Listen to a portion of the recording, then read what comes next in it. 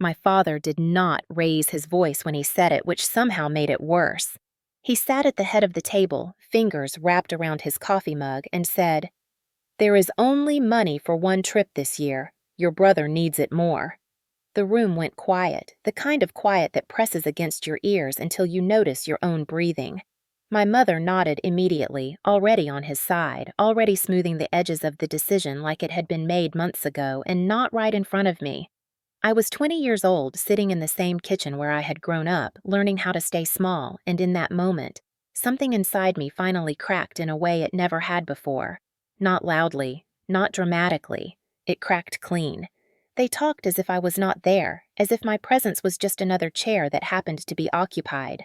My brother Ethan was 24, standing by the counter, scrolling on his phone, already smiling at pictures of beaches and planes, already packing in his head. My mother glanced at me with that familiar look, the one that always came before a demand disguised as praise. "You understand, Grace," she said softly. "You always do." That sentence had followed me my entire life, trailing behind me through school, through work, through every disappointment I was expected to swallow without making a mess. I nodded because my body knew the motion better than my mind did, but inside I felt something shift, like a heavy door closing for the last time. They said the trip was important for Ethan, that he needed a break, that he had so much pressure on him as the oldest son, that a change of scenery would be good for his future. No one asked what I needed. No one ever did. I had stayed home before. I had stayed behind for birthdays, for holidays, for opportunities that were apparently too expensive or too inconvenient when my name was attached to them. But this time was different, and I could feel it even as I sat there listening to my father explain budgets and priorities like he was giving a lecture on responsibility instead of choosing one child over the other. When I looked at Ethan, he did not meet my eyes. He never did when things went his way. He had learned early that silence was safer than gratitude. My mother reached for my hand across the table, her grip firm, almost warning. "This is not about favoritism," she said, as if saying it out loud would make it true. "This is just how things have to be." I watched her mouth form the words and realized she truly believed them, that in her mind this was not cruelty, but practicality, not neglect, but order. My father cleared his throat and added, "You are strong, Grace. You will be fine. Your brother is different. He needs support." The word different landed like an old bruise being pressed again. Different had always meant less protected, less important, more expected. I thought about the hours I worked after class, the paychecks that went toward groceries and utility bills, the nights I stayed awake listening to my parents argue and my father slam doors while my brother slept through it all. I thought about the times I had been told to keep the peace, to not provoke him, to not talk back, to not make things harder than they already were. And still, when it came time for something good, something joyful, something that cost money and attention, there was never a question about who deserved it. My mother smiled, then relieved that I had not argued yet, and said, "We will bring you something nice back, maybe a little souvenir." The word souvenir felt like an insult wrapped in a bow. I laughed a short sound that surprised even me and said, "Of course. Have a great time." My father relaxed the tension leaving his shoulders as if the problem had solved itself. They thought this was another moment they could file away under my understanding, another time I would absorb the disappointment and move on. They had no idea that while they were planning flights and hotel rooms, I was standing at the edge of a decision that would change everything.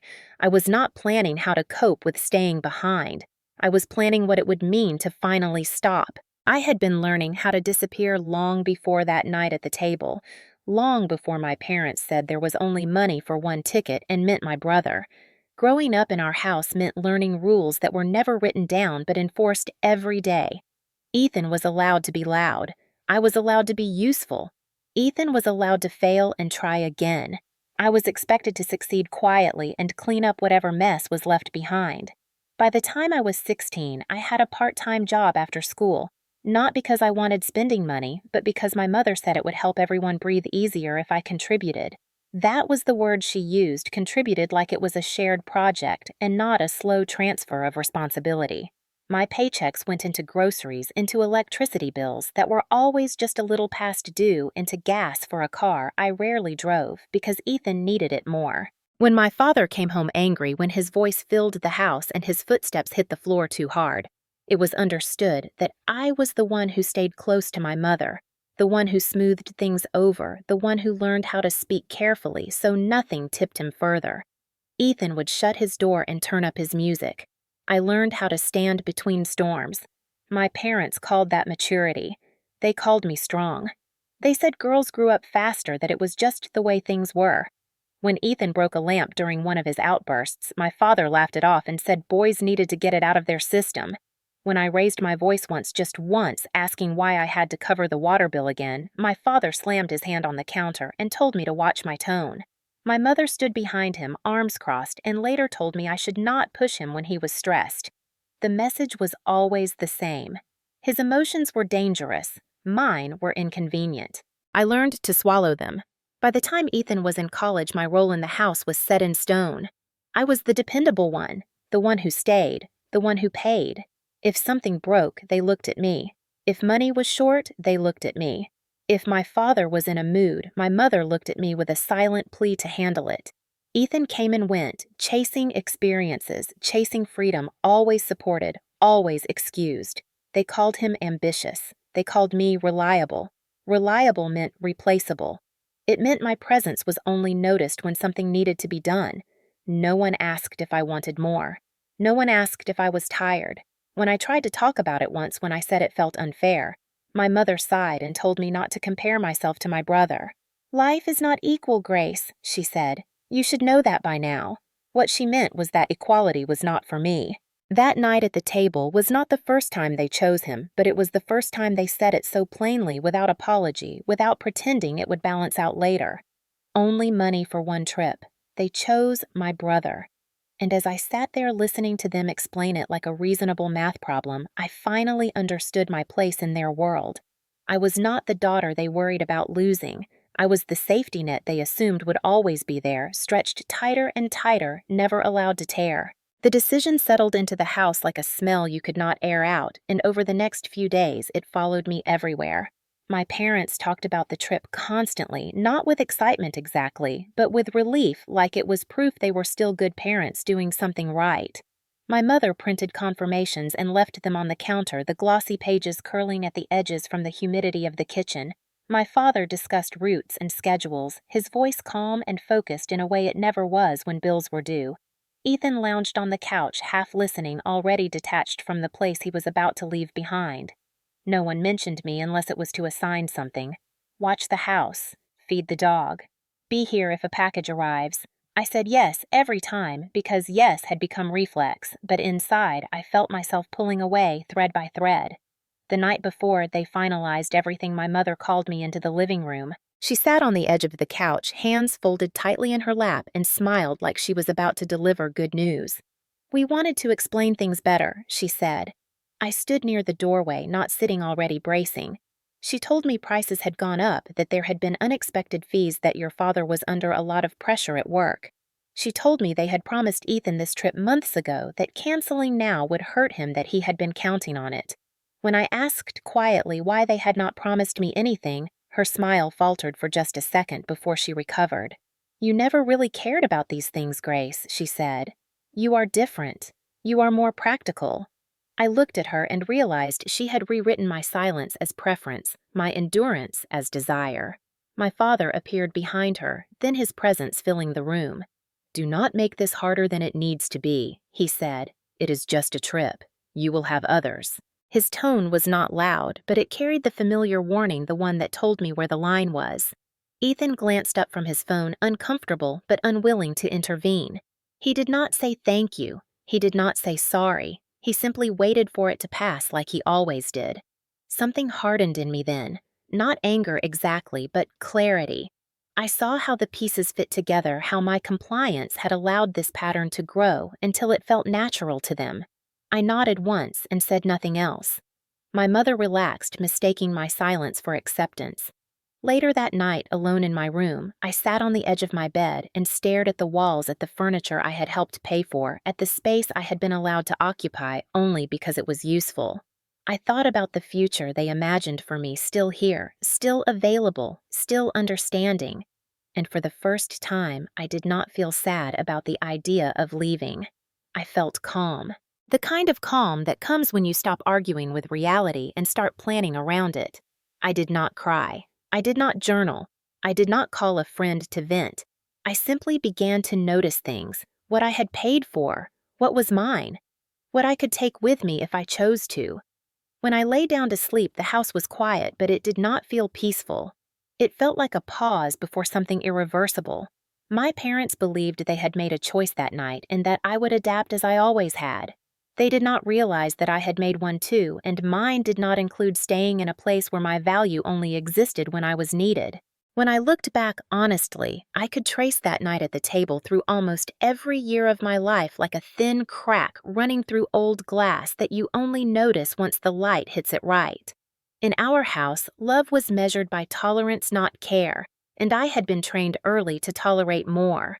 I remembered being 9 years old, standing in the hallway while my father shouted at my mother over money, his voice sharp enough to make my stomach knot. Ethan had been sent to his room with the door closed. I had been told to stay, to help calm things down, to be a good girl. I learned then that protection was something boys received and girls earned by being useful. As we got older, the rules hardened. Ethan was praised for his confidence, even when it crossed into cruelty. When he snapped at me when he shoved past me in the kitchen, when he threw something against the wall during one of his moods, my mother would pull me aside later and say he did not mean it, that boys carried their stress differently, that I should not provoke him. When I flinched once as my father raised his arm in anger, not to hit me, but to slam it down inches from my face, my mother told me afterward that I needed to be more careful with my words. The lesson was clear. The men in our house were allowed to explode. I was expected to absorb the impact. At school, teachers told me how mature I was. At home, maturity meant silence. By 14, I was cooking dinner on nights my mother worked late, setting plates on the table while my father watched television and Ethan complained about the food. If I forgot something, my father's disappointment felt heavier than his anger, like I had failed at the one thing I was there to do. Ethan forgot chores constantly, and it was brushed off as typical. Boys will be boys, my father would say, and my mother would nod tired, but agreeing. I internalized the idea that my gender came with an invisible job description. Be calm. Be helpful. Do not take up space. When Ethan needed money for a school trip, it appeared. When I needed new shoes, I was told to wait until next month. When Ethan got into trouble, it was framed as a learning experience. When I made a mistake, it was proof that I should have known better. Even affection followed the same pattern. My mother hugged Ethan easily, laughed with him, spoke proudly about his future. With me, her love was quieter, conditional, expressed through expectations instead of warmth. She trusted me, she said, which meant she leaned on me. My father barely noticed me unless something went wrong. When he did, his disappointment cut deeper than any raised voice. Over time, I stopped expecting fairness. I stopped expecting protection. I stopped expecting anything at all.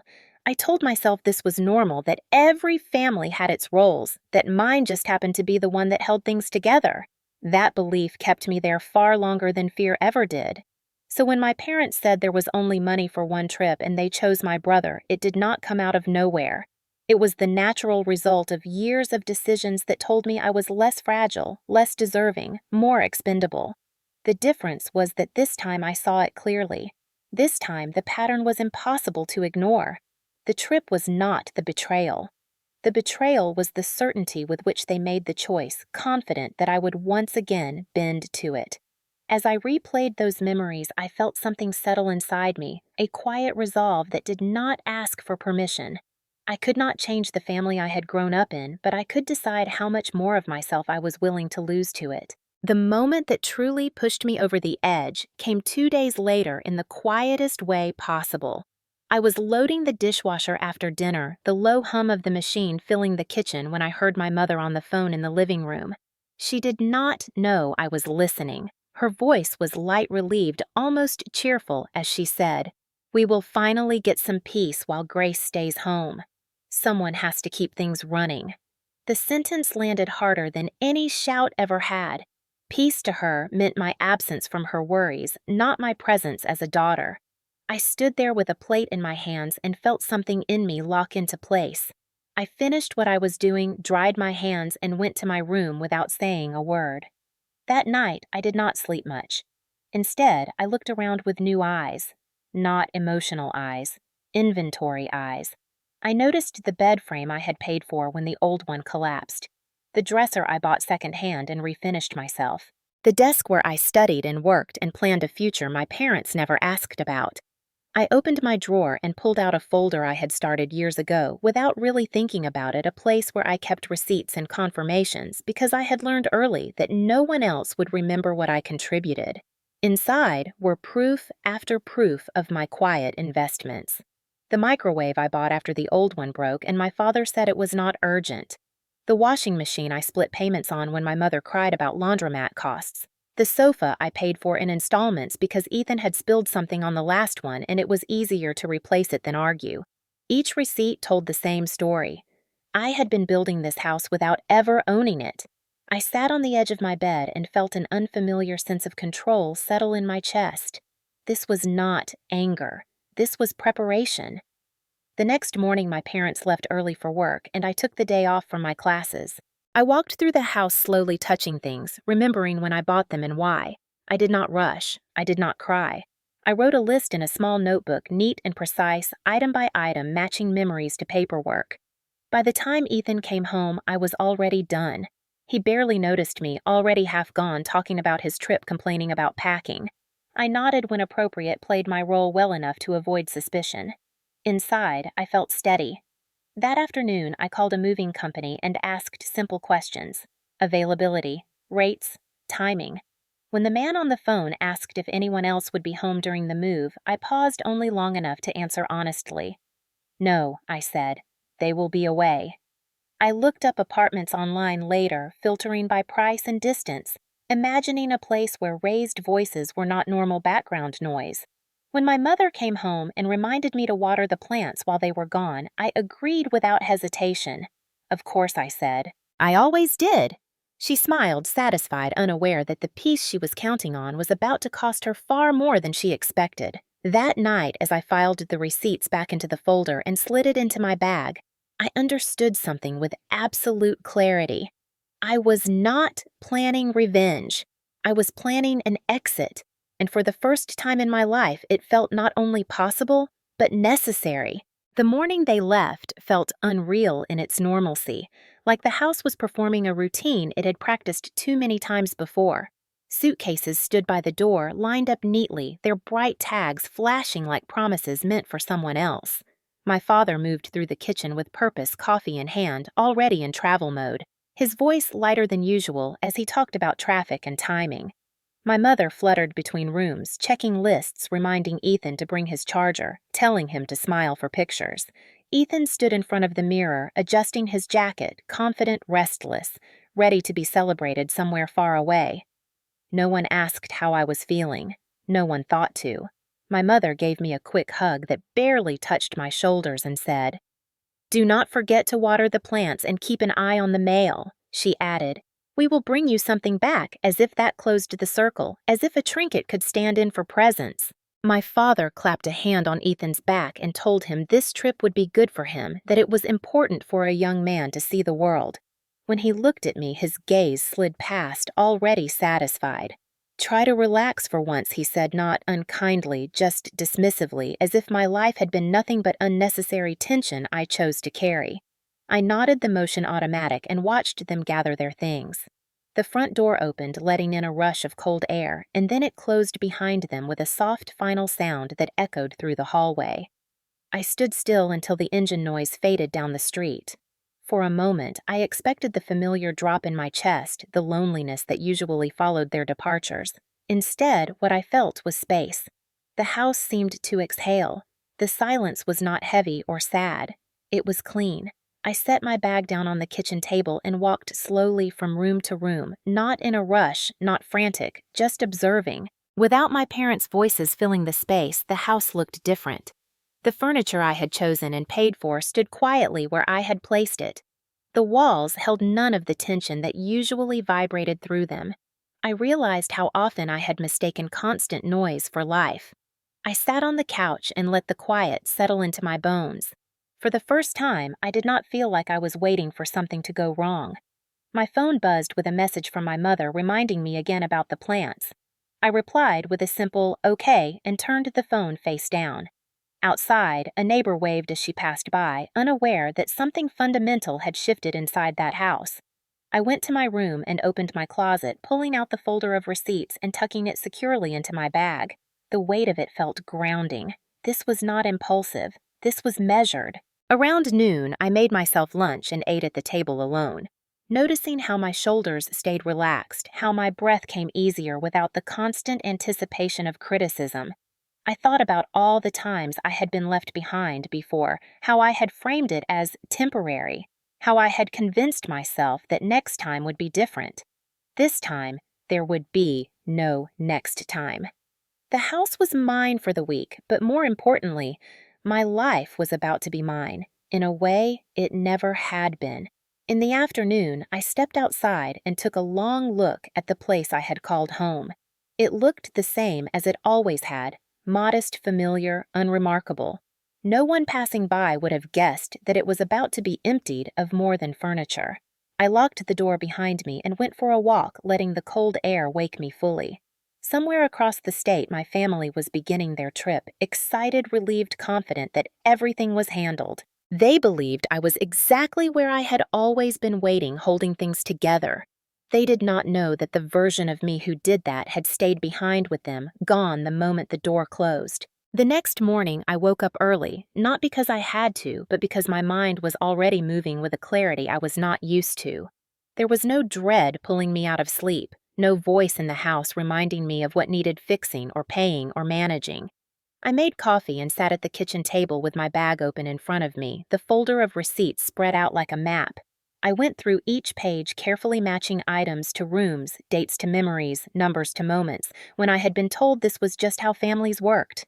I called the moving company again to confirm the appointment, my voice steady as I answered their questions. 2 bedrooms, living room, kitchen appliances, I said, listing what would be moved. Everything I personally paid for. The man on the phone did not ask why. He just noted it down and gave me a time window. After that, I opened my laptop and finalized the lease for a small 1-bedroom apartment a few miles away, close enough to my job and classes far enough that I would not run into my parents by accident. The deposit left my account with a soft digital chime, and instead of panic, I felt relief. I could afford this. I always had been able to. I had just been taught not to prioritize myself. That afternoon, Marilyn Brooks knocked on the door. She was 63, a retired teacher who lived 2 houses down, someone who had watched me grow up with the quiet concern of an adult who saw more than she said. I had helped her carry groceries before fixed her porch light once, and she had always looked at me with a mix of kindness and sadness that made sense now. I told her I was moving. I did not give details. I did not need to. She nodded slowly, her eyes sharp and understanding. "Sometimes leaving is the only way to stay safe," she said. "You do not owe anyone your silence." Her words settled into me, steadying the last flicker of doubt. When she offered to be there if I needed anything, I thanked her and meant it. I spent the rest of the day preparing, not rushing, just working through my list. I unplugged appliances, cleaned out cabinets, packed boxes with care. Each item I wrapped felt like reclaiming a piece of myself. I left behind things I had not paid for, things that belonged to the house, but not to me, including the old recliner my father insisted on keeping despite its torn fabric and broken leg. It stayed heavy and useless exactly where he liked it. As evening came, my phone buzzed with pictures from my mother. Ethan at the airport smiling, my father giving a thumbs up. I did not respond. Instead, I sat on the floor of my room surrounded by boxes and felt an unfamiliar sense of pride. This was not chaos. This was order. I was not running away. I was stepping toward something. That night, I slept deeply, the kind of sleep that comes when your body finally believes you are safe.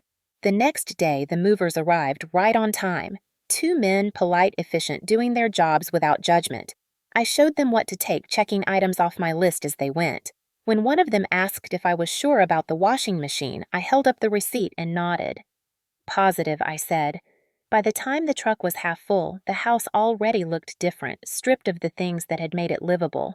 I walked through each room, making sure nothing I owned was left behind, and felt a strange mix of sadness and satisfaction.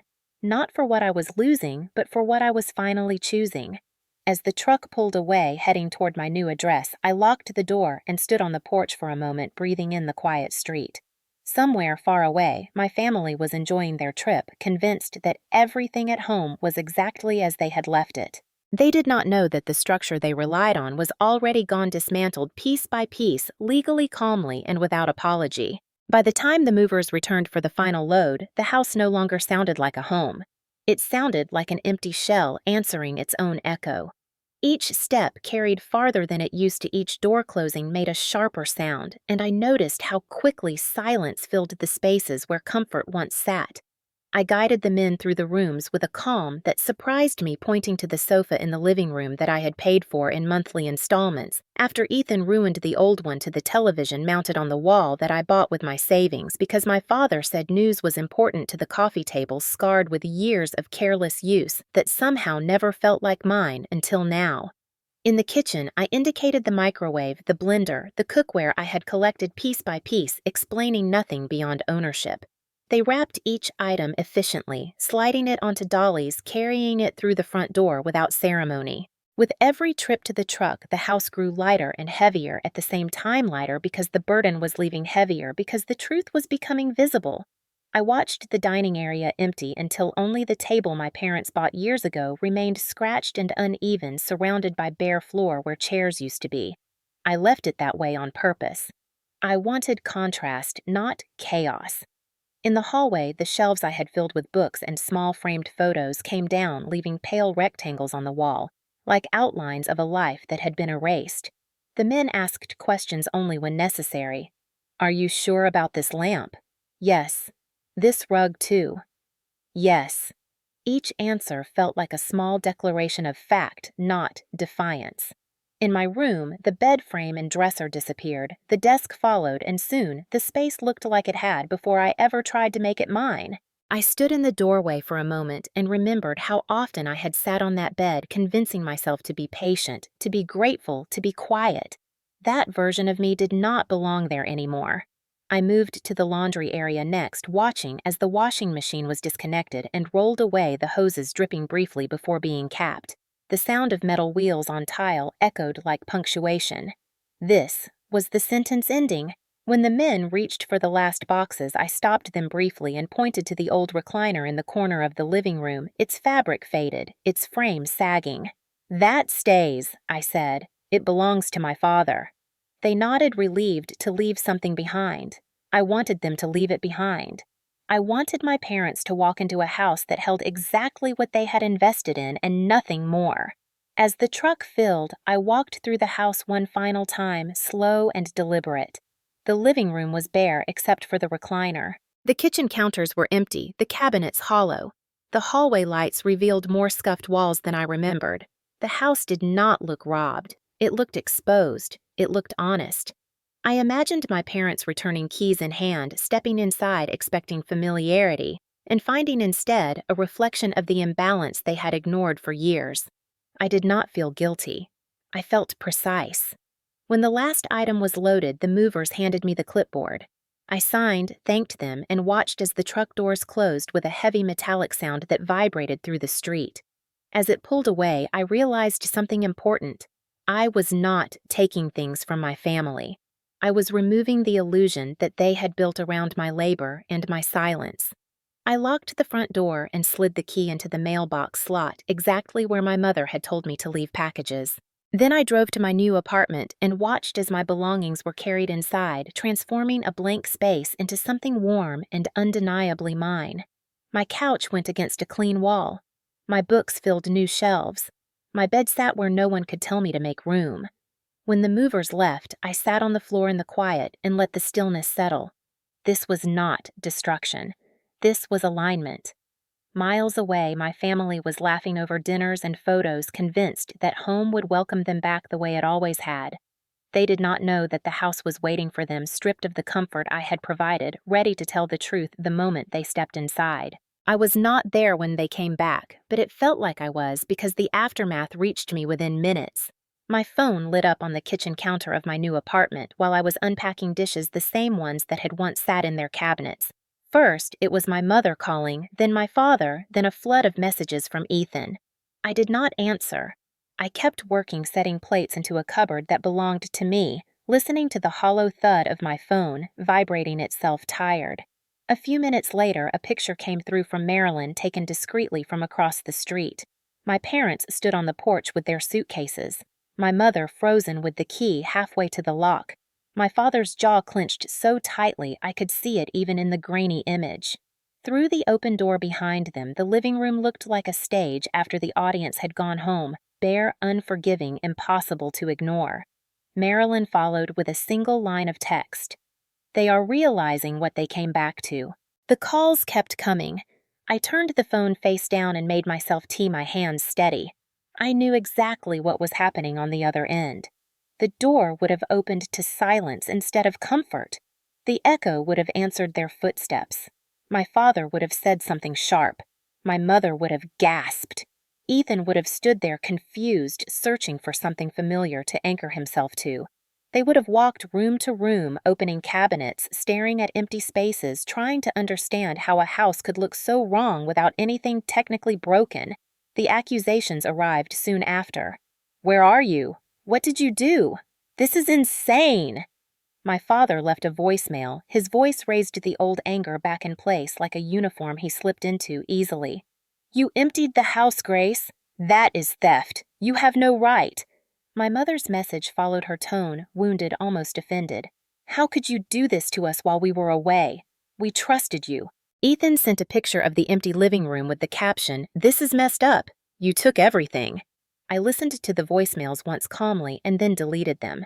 I did not owe anyone an explanation through a screen. The next day, just after noon, there was a knock on my door. Not a polite knock. 3 hard raps that carried the weight of entitlement. My stomach tightened for a moment, then settled. I opened the door to find my parents standing there, travel bags abandoned somewhere behind them, faces tight with shock and anger. Ethan hovered a step back, eyes darting around my apartment as if taking inventory without meaning to. My mother's gaze locked immediately onto the television mounted on my wall. "There it is," she said, pointing. "You took it." My father stepped forward, his voice loud in the small space. "We come home and the house is stripped. What is wrong with you?" I closed the door behind them and leaned against it, grounding myself. "What is wrong with me?" I repeated quietly. "You mean, what is wrong with me taking my own things?" My mother spun toward me. "Your own things. Those were for the family. You cannot just punish us because you are jealous of a trip." The word jealous made something in me go still. I walked to the table, pulled my bag closer, and set the folder down between us with a sound that cut through the noise. "Sit," I said. "If you want to talk about what belongs to the family, we can start with who paid for it." They did not sit, but they stopped advancing. That was enough. I opened the folder and flipped it toward them. "The couch," I said, tapping the page. "Bought with my paychecks. The television, my savings. The washing machine. Split payments mostly mine. The microwave, the dishes, the bed frame, the desk. All mine." My mother's mouth opened and closed, her confidence faltering. "We were going to pay you back," she said weakly. I laughed, a short sound without humor. "You have been saying that for years." My father's face darkened. "This is still wrong," he said. "You embarrassed us. People are talking." I met his eyes without flinching. "Good, because for years no one talked about how you treated me."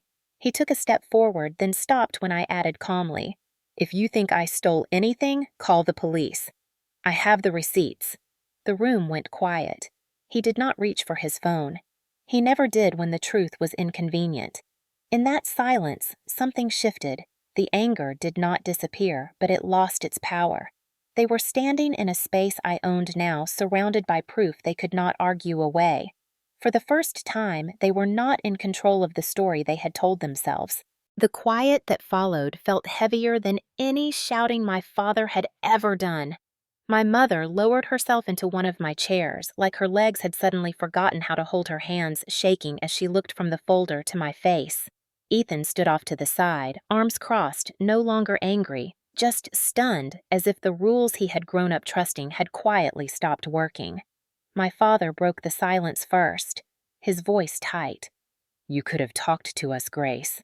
You did not have to do this." I tilted my head slightly, not in mockery, but in honest confusion. "I have been talking to you my entire life," I said.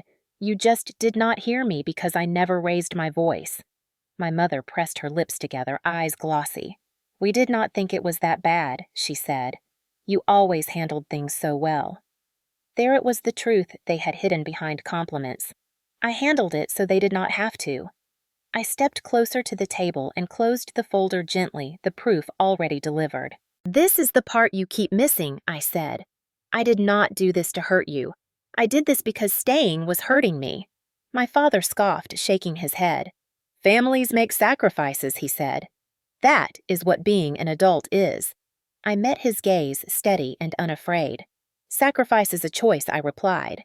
"What you expected from me was compliance. Those are not the same thing." Ethan finally spoke, his voice quieter than I had ever heard it. "You never said you were drowning," he said. I looked at him, then really looked at him and saw someone who had benefited from the system without ever questioning it. "I did," I said, "just not in a way that inconvenienced you." My mother covered her mouth, tears slipping free now. "We trusted you," she said. "We thought you would always be here." The word always settled between us like an accusation. "That is the problem," I answered. "You trusted my endurance more than you cared about my well-being." My father's face flushed anger mixing with something else, something closer to fear. "You are tearing this family apart," he said. "People are watching. The neighbors are talking." I nodded once. "They should be, because for years they saw you as a respectable man and a devoted mother. They did not see the part where your daughter learned to stay quiet so you could feel comfortable. That is not me tearing anything apart. That is the truth coming out."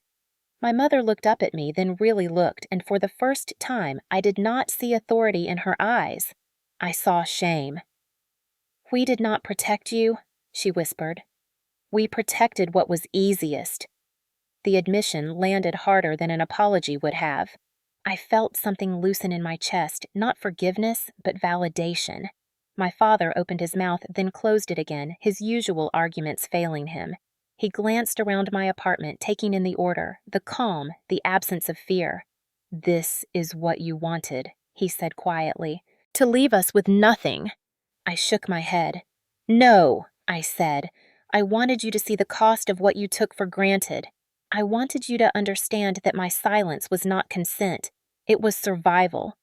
The room stayed quiet, the kind of quiet where no one is winning anymore. My mother wiped her cheeks, breathing unevenly. "What happens now?" she asked. I answered without hesitation. "Now I live my life without being your safety net. I will not pay your bills. I will not smooth over your arguments.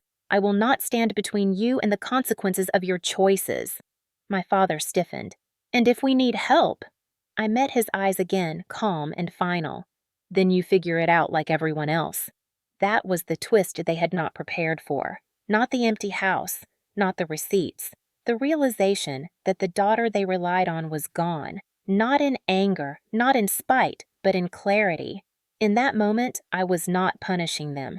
I was ending a cycle they had taught me to endure. The consequences did not arrive all at once.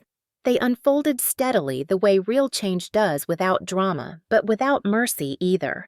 My parents left my apartment that day without another argument, not because they understood, but because there was nothing left to say that would give them back what they had lost. The silence that followed was different from the silence I had grown up with. This one was earned. Over the next week, the town began to do what small towns always do. People noticed. They asked questions. They filled in gaps. Marilyn told me later that my mother had stood in the driveway one afternoon, arguing with my father loud enough for the neighbors to hear. He complained about how expensive it would be to replace everything, how unfair it was that I had taken so much. She snapped back that none of it would have been necessary if they had not leaned on me for years. For the first time, they were not blaming me to my face. They were blaming each other. Ethan's fallout came faster. Without the house functioning the way it used to, without me quietly smoothing things over, he was forced into the discomfort I had absorbed for him his entire life. My father's temper, no longer buffered by my presence, turned on him instead. He did not like it. He moved out within a month, crashing with friends, complaining to anyone who would listen that the family had fallen apart. What he did not say was that he had never learned how to stand on his own without someone else carrying the weight. My mother called twice that first week. I did not answer. The third time, she left a message that was quieter than the others. She said she was scared, not of me, of what the house had become. I did not call back. Fear was not my responsibility anymore. My father never called again. I heard through Marilyn that he had been warned by a neighbor after another outburst that someone had mentioned the word police and that it had shaken him in a way my silence never had. Accountability has a way of doing that. As for me, my life grew calmer by the day. I settled into my apartment, fully hanging pictures on the walls, setting routines that belonged only to me. I slept through the night without jolting awake at raised voices. I stopped flinching when doors closed. At work, my manager noticed the change. "You seem lighter," she said one afternoon. I smiled because it was true. The constant tension I had carried like a second spine was gone. The distance from my family did not make me lonely. It made me whole. A month later, my mother asked to meet in a public place. I agreed on my terms. She looked older, smaller, like someone who had lost the structure she depended on. She apologized without excuses. She admitted they had favored my brother because it was easier, because it matched what they believed about men and women, because my resilience had made me invisible. I listened without interrupting. When she asked if I would come back, I said no. When she asked if I would help financially, I said no. When she asked what she could do, I said therapy, not as a gesture, as a commitment. She nodded, unsure, but listening. Whether she followed through was no longer something I would manage. I left that meeting with my boundaries intact and my hands clean. The truth was simple. I did not destroy my family. I stopped protecting it from itself. The house they lived in now reflected the choices they had made bare and echoing, no longer padded by my labor or my silence. My brother learned what it meant to be chosen without being supported. My parents learned what it meant to lose the daughter who held everything together. And I learned that consequences are not cruelty, they are clarity. I did not go back to the house after that, not even to prove a point. I did not need to. The point had already been made, not through shouting or threats, but through absence. Life settled into a rhythm that felt almost unfamiliar at first, like wearing clothes that finally fit after years of adjusting yourself to someone else's shape. My apartment became a place of quiet intention. Mornings started without bracing myself for someone else's mood. Evenings ended without calculating how to keep the peace. I cooked when I wanted, slept when I was tired, and learned what my own thoughts sounded like when they were not interrupted by fear. Sometimes I thought about the girl I had been at 20, sitting at that kitchen table, hearing there was only money for one ticket and knowing exactly what that meant. I wished I could reach back and tell her that understanding is not the same thing as accepting harm, that strength is not measured by how much you can endure for other people. I did not regret leaving. I regretted how long it took me to realize I was allowed to. My mother sent updates occasionally, not requests, just information. She told me they had started therapy. She told me the house still felt empty even after replacing some of the furniture. She told me my father was quieter now, more careful, not kinder exactly, but restrained by the knowledge that silence no longer protected him. I read those messages without satisfaction or guilt. Change was their work, not my reward. Ethan did not reach out again. I heard he struggled for a while, then found his footing, then blamed me less often as time went on. That was his journey to make. I had stopped being the cushion beneath everyone else's fall. The most surprising part was how little anger I carried once I stopped carrying everything else. Letting go of my role did not make me bitter. It made me honest. I could see my family clearly for the first time, not as villains or victims, but as people who had chosen comfort over fairness and paid the price when that choice was exposed. I learned that families do not fall apart because someone leaves. They fall apart because someone was holding them together with their own well-being, and that is never sustainable. The trip that started all of this faded into memory quickly. Photos were posted. Souvenirs were placed on shelves that no longer held my things. What remained was the lesson that followed them home. They did not miss me. They missed what I provided, and once I understood that everything changed. I built a life where my value was not measured by usefulness, where love was not conditional on silence, where peace did not require self-erasure.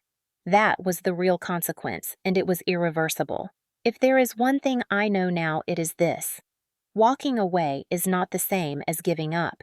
Sometimes it is the only way to stop a cycle that thrives on your compliance. Sometimes the most moral choice is to remove yourself and let the truth stand on its own. If your family chose your brother over you and expected you to understand, would you stay and keep the peace, or would you choose yourself and let the consequences speak?